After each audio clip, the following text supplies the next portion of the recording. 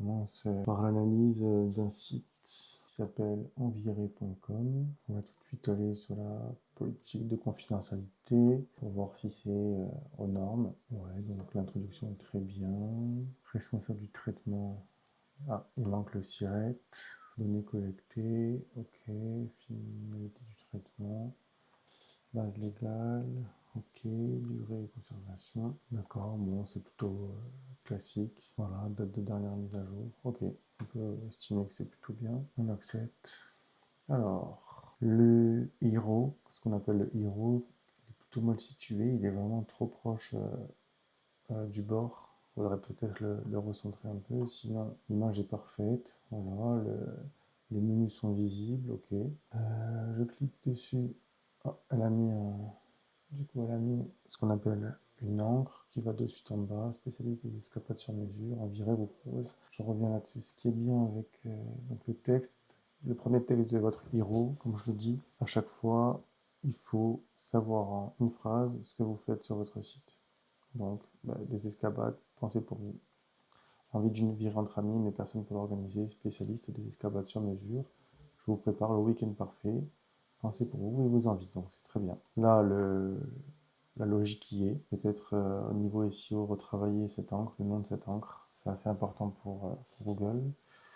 Ensuite, donc, qu'est-ce qu'ils font précisément? Donc, le deuxième bloc, c'est fait pour préciser ce que fait l'entreprise. Enviré vous propose un service de conseil de création week-end 100% sur mesure, à votre image et selon vos envies. Je conçois pour vous des escapades uniques en France et en Europe, agrémentées de mes meilleures recommandations d'hébergement, de restaurants et d'activités. Vous rêvez la meilleure. Ok, les 5 étapes, ça c'est parfait. Renseignez le formulaire, appel téléphonique, envoi du devis, validation. Alors là, ce que je conseille, c'est si on utilise un verbe à l'infinitif, on garde la structure verbe à l'infinitif. Donc, renseigner le formulaire. Alors, plutôt renseignement du formulaire, appel téléphonique, envoi du devis, validation. Voilà, pas de verbe à l'infinitif, mais il faut rester cohérent. Les images sont cohérentes. Les images, ça c'est important aussi. Appel téléphonique. Ouais, ça peut se retravailler, ça, le nom des images, c'est important aussi pour que Google comprenne bien ce que vous faites. Donc, ça, il faut le retravailler en mettant des noms en rapport avec votre entreprise et votre site. Nos virées phares, bien. Célébrer vos anniversaires ou porter pour le plaisir de se trouver virer détente. Ok, les trois. Là, peut-être le texte à mettre une autre couleur pour bien le voir. Aucune limite de thème, tout est possible. Chaque virée, là, ok, toutes les virées. Donc, les trois. Pareil, les images. Quels sont les noms des images? Background. Non, c'est gardé comme ça. Ouais, ça, c'est pas bon du tout. Ça, c'est n'importe quoi. Il faut mettre des noms en rapport avec l'activité. Voilà, donc il faut que l'image soit cliquable. Là, l'image, elle n'est pas cliquable, pas que le texte. Donc les 4 là, ça mène à toutes les virées. Ok, bon, on va voir ça tout à l'heure, on continue. Tu n'as pas le temps d'organiser le week-end, me brûle d'envie. Contacte-moi. Ouais. Il faudrait gérer cet espace-là qui est pas top, le rendre cohérent. La police, elle n'est pas top non plus. Il faudrait peut-être mettre plus d'opacité sur l'image de fond pour que le texte ressort. Le footer avec Insta, Facebook, le contact, ça c'est très bien. Le petit logo, les liens utiles, ouais, nickel, ça c'est plutôt bien. On va faire un tour sur les mentions légales, ça c'est bon. Elle a mis le siret à vérifier. En tout cas, les couleurs sont cohérentes. En fait, il faut choisir une couleur principale. Donc là, c'est plutôt le bleu nuit. Une deuxième couleur, donc ça, c'est le orange doré. Et une troisième couleur de bouton. Voilà, c'est ce qui se fait quand on fait un truc basique de site internet. Allez, on va voir toutes les virées, qui semble être la suite logique du site. Il faut toujours avoir une suite en fait, il faut penser au parcours du client. Où est-ce qu'il part et où est-ce que vous voulez l'amener. Vous pouvez ici la virer adaptée à ton envie. Ok, virer détente. Ça c'est bien, c'est assez clair. Partez nanana. C'est bien d'avoir mis un peu d'arrondi. J'ai oublié le terme en anglais. Ça ajoute une petite touche. Par contre, là, le lien cliquable, c'est Instagram. On ne comprend pas pourquoi. C'est bizarre. Là, pareil, c'est Instagram. Quand on clique sur Je réserve, on va sur le formulaire de contact. Là, il faut voir au niveau du menu. L'image, elle est un peu trop forte et on ne capte pas trop. C'est bien d'avoir mis un contact en autre couleur. L'appel à l'action. nom, email, indiquer la vérité, commentaire, envoyer, très bien. Simple, efficace. Par contre, c'est pas très centré. Alors, est-ce que c'est fait exprès ou pas? Peut-être que oui, puisque on voit qu'il y a le beau bouquet, les belles fleurs juste à côté. On continue, donc il y a plusieurs, on comprend qu'il y a plusieurs virées. Est-ce que ça a été écrit par ChatGPT? Je pense, oui. Ça laisse souvent des emojis, ChatGPT. C'est pas une mauvaise chose, mais il faut bien le faire, voilà. Qu'attends-tu pour réserver ton week-end? Ok, eh bien, je réserve et ça mène toujours à contact. Bon, c'est un site à propos, très bien, fondatrice de on dirait, c'est extrêmement important de vous présenter, surtout quand vous êtes solopreneur, pour que le client il puisse comprendre et savoir à qui il donne son argent. Très très bien. Les valeurs, peut-être un peu trop écartées, les deux boutons. Là, l'image, pareil. Et le nom, ça, il faut pas, il faut changer. Même si vous prenez des images gratuites sur des sites d'images, il faut changer les titres, très important. Changer les titres, changer la description. Sinon, voilà, un site plutôt bien fait. On a accès au concept que en cliquant là-dessus, donc il faut voir. Ok, les images, voilà, j'imagine que c'est pareil. Faut travailler du nom des images. Bon, en tout cas, il est assez clair, hein. C'est très très bien. Par aux questions, super important pour le référencement. Vraiment, nickel. Contacte-moi, ouais. Peut-être enlever, là on voit pas très bien le texte, c'est pas top. Et j'ai peut-être continuer à mettre le bouton en bleu et éviter de mettre des icônes, c'est pas top au niveau visibilité. Voilà, donc là c'est l'analyse du site comme un client. On va maintenant faire l'analyse du site mobile et après l'analyse du site au niveau du back-end et du SEO. On va voir maintenant la partie visibilité sur téléphone du site et il faut vraiment mettre l'accent dessus parce qu'il y a 60 à 70% des connexions sur Internet se font via mobile, donc il faut vraiment penser le site pour mobile. Donc là, le texte est plutôt bien mis, l'image peut-être un peu floue, travailler l'image. On voit qu'il y a un petit décalage là, un petit bord à droite, il faudrait corriger ça. Peut-être réadapter le texte en plus gros, voilà, ça c'est bon, c'est bien fait. En colonne, c'est souvent comme ça que ça se fait sur mobile. Pareil, colonne, très bien. Encore l'espace ici. Le menu, alors, concept. Très bien. Peut-être grossir un petit peu le texte qui prend pas, parce que là il y a beaucoup d'espace sur les côtés et sur mobile, généralement on en met un peu moins pour rendre plus visible le texte. Voilà, les virer, ça aussi, pareil en fait, hein, ça, ce petit espace à combler, ça très bien. Ah, là les icônes sont en ligne, c'est bien aussi, s'il n'y en a pas beaucoup. Là il y a 3 icônes donc ça peut se faire en ligne. Et le reste, ok. Voilà, maintenant on va passer au back-end. Donc on démarre avec le back-end. Pour s'y connecter, c'est avec le WP-admin. C'est pas le plus sécurisé. Je conseille pas forcément de garder le WP-admin pour se connecter.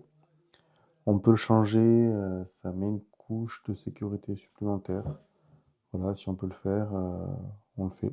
On va tout de suite aller voir ce que ma cliente a fait dans ses plugins, voir ce qu'il faut désinstaller, pas désinstaller, ce que je conseille en tout cas. Donc le cookie notice, c'est bien ça pour les RGPD, ça affiche un cookie. Easy Accordion, c'est pour les FAQ, j'imagine, mais c'est pas utile, on peut le faire nativement, et donc c'est un peu inutile ce plugin. Easy WordPress SMTP, pareil. Normalement, le plugin de formulaire le fait automatiquement, donc pas la peine non plus. Le plugin des polices pour essayer d'optimiser, pourquoi pas. Je pense pas que ce soit utile étant donné qu'il y a déjà le plugin de cache, le site kit de Google, indispensable pour connecter son site à Google Search Console, et Updraft Plus pour sauvegarde restauration, ça c'est super important. Je conseille au moins 4 sauvegardes, une par semaine pour les petits sites comme ça. Et ouais, voilà, vous gardez 4 sauvegardes, on ne sait jamais. Le fameux plugin de cache, important. Le plugin formulaire aussi, pour créer des formulaires doublons du coup avec le SMTP.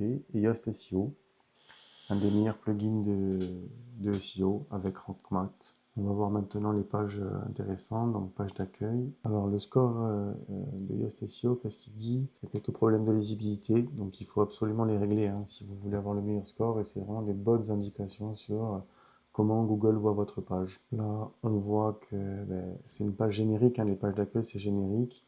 Moi ce que je ferai, c'est que je mettrai une page par type de service pour justement ranker sur chaque expression, l'expression virée détente, l'expression virée festive, l'expression virée sportive. Parce que là, en fait, l'expression, c'est une expression qu'elle a choisie, donc spécialiste des escapades sur mesure. C'est trop générique et il faut aller un peu dans le détail avec une page par service, une page par mot-clé. Pas de lien externe, c'est mieux d'en avoir un petit peu, mais bon, c'est pas le plus gros aspect. Donc là, on voit bien que l'expression clé principale, c'est spécialiste des escapades sur mesure. Moi, j'aurais pas forcément mis ça, pourquoi pas, là, peut-être fait des recherches approfondies, parce que c'est ce que va taper le client sur Google pour vous trouver. Et c'est sur cette expression-là qu'il faut travailler votre page. Une page égale une expression clé principale. Voilà. Et se focaliser là-dessus, jouer sur la sémantique, sur les synonymes, le mettre plusieurs fois dans presque chaque titre H1, titre H2. Là, on voit que c'est un titre H3.